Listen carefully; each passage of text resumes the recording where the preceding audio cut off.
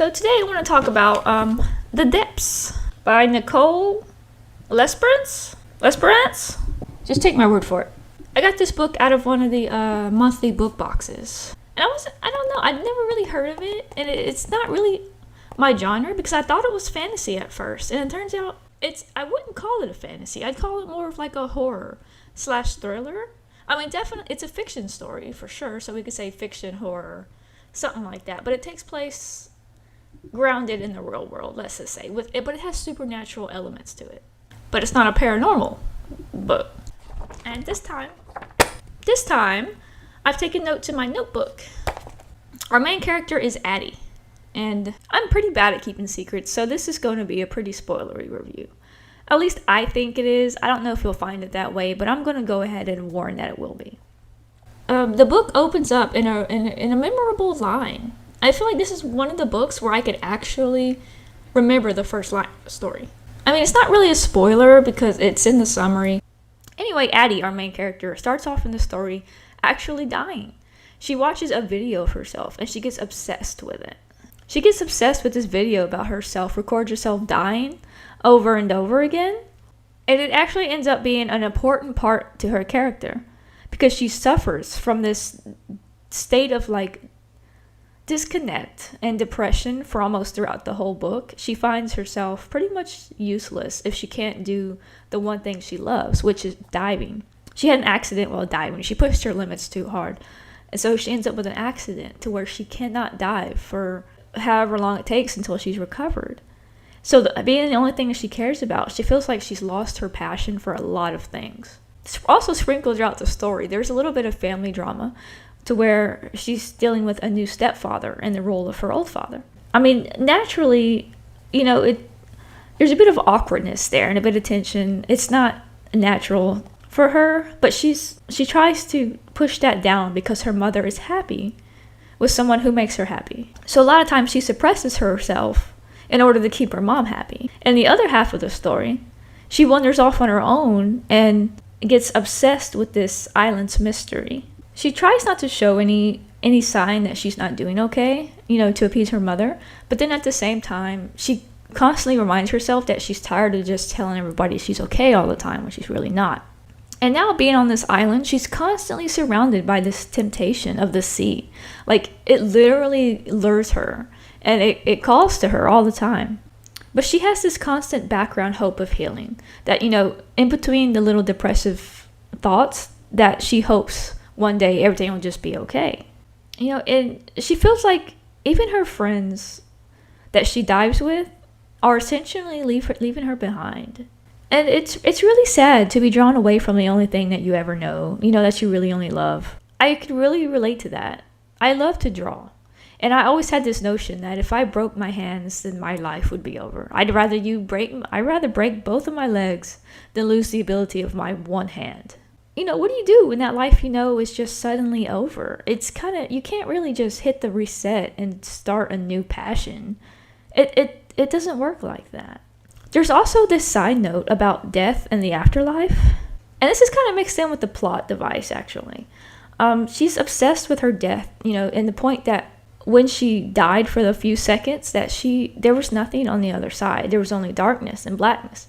And I often have this thought, too, about, I don't want to get into the high theory and all that, but I always had this thought that death is a bit scary because when you die, I believe there's nothing there. You just go to sleep eternally, but you don't even know it that you're dead.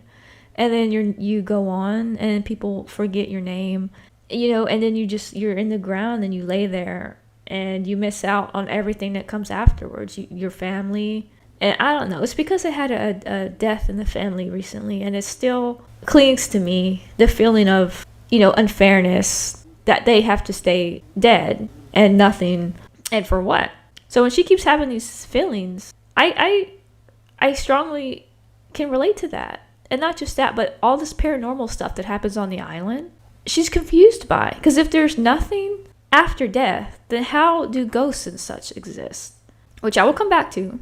There's not a lot of characters because the whole story takes place on an island that's roughly, I forgot the specifics, but I want to say would I be remiss to say 3 football fields long? Did I read that somewhere or did I just make that up? Either way, it's not that big. There's one lighthouse, and Billy and his family live on it as kind of the caretakers of the island. And the rest is all about Addie as our main character. Let's go back to the plot. As for the pacing, right from the beginning, there's almost no slog in it. I heard some people actually say that almost nothing seems to happen and it takes a while, but it's the opposite for me. I find myself right from the gate that the book threw us into it, and then stuff just kept happening, like left and right. There was something always going on, so I don't know where they're saying this. And I appreciate that because some books actually try to start by giving you a strong hook that gets you into it, and then like something will happen where it'll say, oh, it's a flashback, or it'll jump ahead, and then it will slog on from there. But this book doesn't do that. Like from the start, it goes. And I wonder how living in a lighthouse would be. It sounds romantic, and when she thought about it, she suddenly just had this urge that she wanted to do that. And I kind of felt the same way. I think it would be really cool to live in a lighthouse right by the sea. And between her diving accident, the main plot of this story is like the mystery of the island. And the whole time, there's this real eerie atmosphere. Ever since you step foot onto it, there's these hints that even the foliage is a little off, the air's thicker, the animals, rare, and you hear things all the time, and it's just pretty spooky. And eventually they start to wonder if it has to do with her death, because the parents and everybody who lives there, they don't feel anything off with it, but she immediately does. And also Billy, who's also had a near-death experience. I was captivated when he was telling his story about it. When he was little, he fell into some ice water, and he was in the water for hours before they rescued him, and he had been dead I don't know how long, but the only reason he survived was because the cold froze him in a state to where it didn't allow his body to kind of decay. And you know how morbid that is. They kind of relate their experiences to each other throughout the story, and they kind of team up as detectives. It's pretty much hinted that the reason they have such strong experiences is because they thin the veil by having these near-death experiences. And that's a common thing you actually see in real life too, is that when near-death experiences happen, you kind of change. Sometimes you get random abilities, like artistic abilities, or, you deal with some stress, or plenty of abnormal things. So it's not far-fetched to say that it's a probable theory. But the descriptions of the island are done really well. Like, it actually feels like I'm there sometimes. You can feel the water being nearby. The breeze off of it, the smell of it, the luring of it. I have this constant need to go to the beach all the time. And I feel like reading this book puts into how I feel about wanting to go all the time. Though it's a little bit hard to hear because she references her death several times. Like, I want to say at least once every page, or every other page at least, she has a callback to it. And she either makes like little jokes to herself, or she'll inside joke, or she'll make references, or she'll have a random depressing thought about it. But it comes up a lot, so it gets a little bit hard to hear sometimes because it makes me a bit uncomfortable when people depreciate themselves, even in a joking way.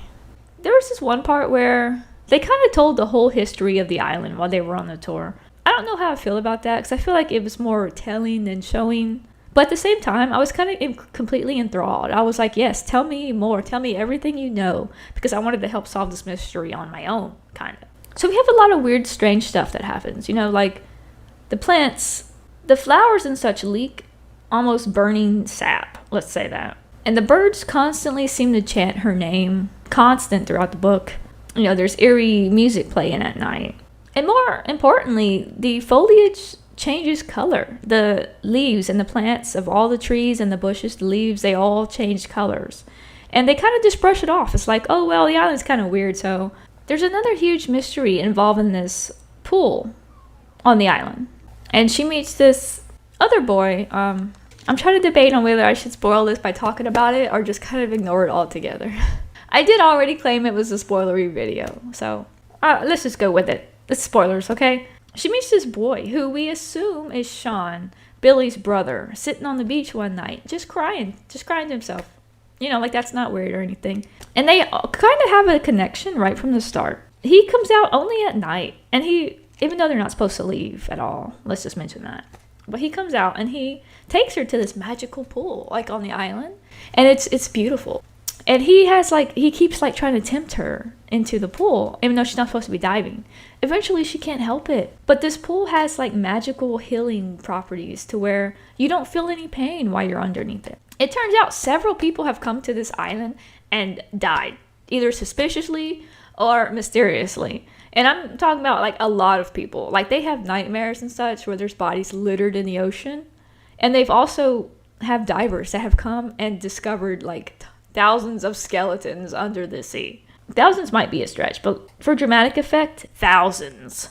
Okay. Turns out underneath the island that she's diving in, this pretty beautiful, there's a whole cave system that connects the island from like one end to the other end, and these caves go on underneath in a very complicated way. But it's a bit strange unless you know what you're doing. That the tunnels are very narrow, and it's a bit scary. You know, it's what divers are afraid of. It's claustrophobic down there, and something goes wrong, you're trapped. There's nobody who can come down and get you. Nobody knows where you're at. Some people have stayed down there and have never even known that they've died. If one little thing goes wrong, especially with her problems already, but she can't help it. She loves to dive, so this is the only way she can do it.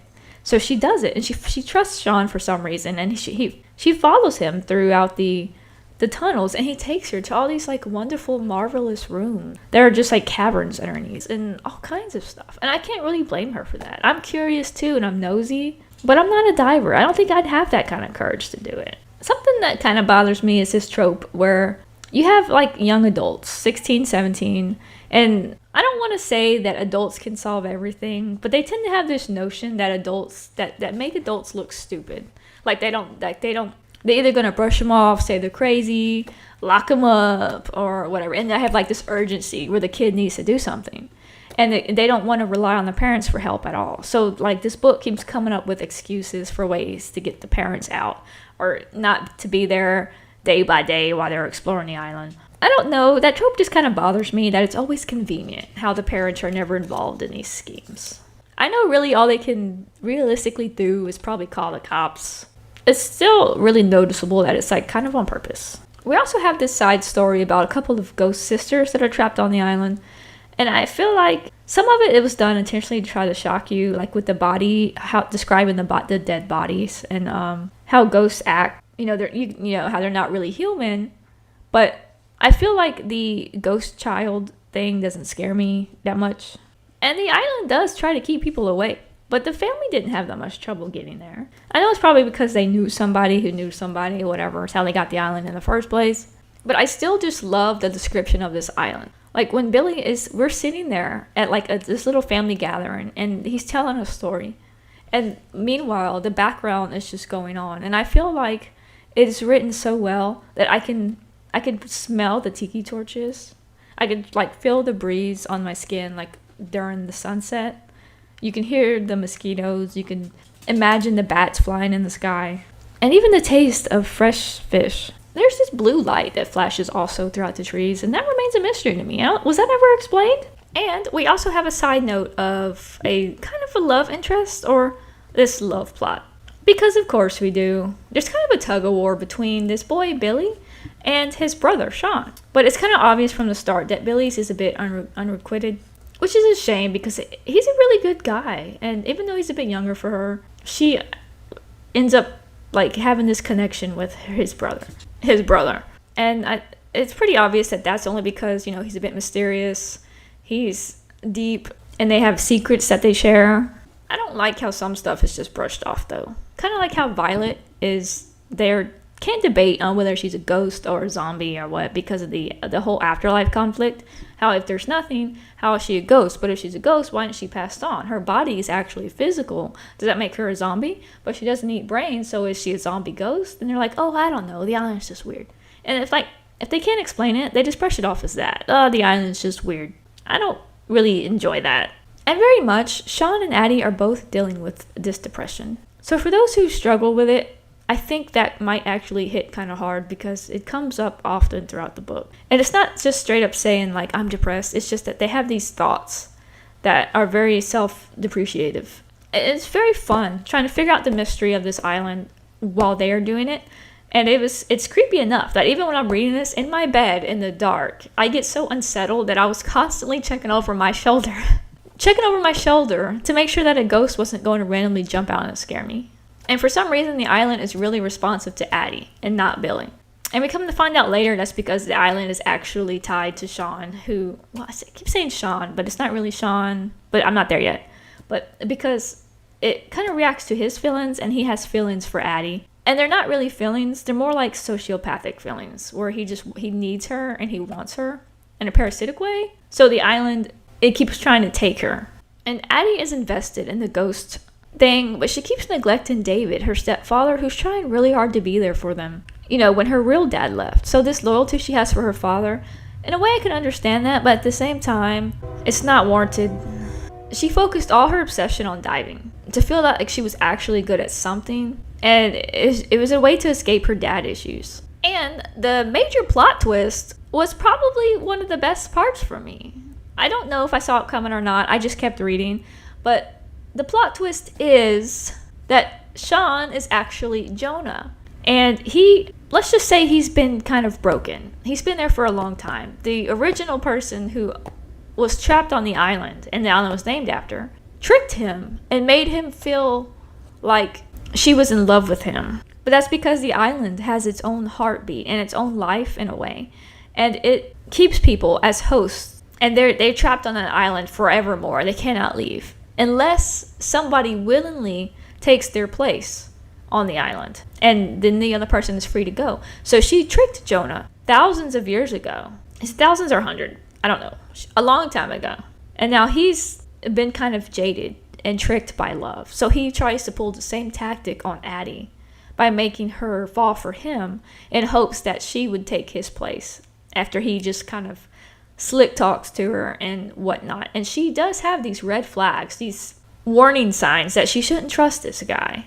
And I do like that. It's revealed that the whole time he's been this manipulative, sociopathic, lying character. And we don't know how untrustworthy he is. All we know is what he tells us, and that he's been helpful so far. And Addie seemed to keep making these choices that just didn't logically make sense to me. So this is the dilemma I had. Up to about 3/4 of the book in, this was like a 4-star read for me. I was really enjoying it, and I wanted to know what happens. I was enthralled in the mystery and the creepy atmosphere. And then about the last quarter of the book, the tension just seemed to change all of a sudden. After the plot twist happened, it became less about the mystery. And it was sort of this timed event to escape the island. But for some reason, it felt different. And I want to say that's when it dropped down to 3 stars for me. All the adults conveniently, again, get off the island. And then there's this huge battle between the kids that are left there. And it's strange that this island has mysteriously survived itself for so many years. And this one kid can disrupt it by she pretended to sacrifice herself. Well, she intended to anyway. I don't understand how she defeated it. She realized that the system was essentially a heart, okay? So her idea basically was that she was going to plug it with herself until it just died. That seemed to work, even though all these other people went down in there and died from either drowning or suffocation or starvation. She was in there for maybe 2-3 minutes, and she managed to destroy the system enough to escape. I don't know. And then this pissed off Jonah, who dropped his facade. And then it was a kind of a rush to who could get off the island first. And it wasn't really explained because whoever did it was supposed to take the place. But then we find out at the end that the island wasn't really destroyed. And Eulalie came back to it, which still doesn't make sense to me. I understand that she came back because she felt like it was home and where she belonged.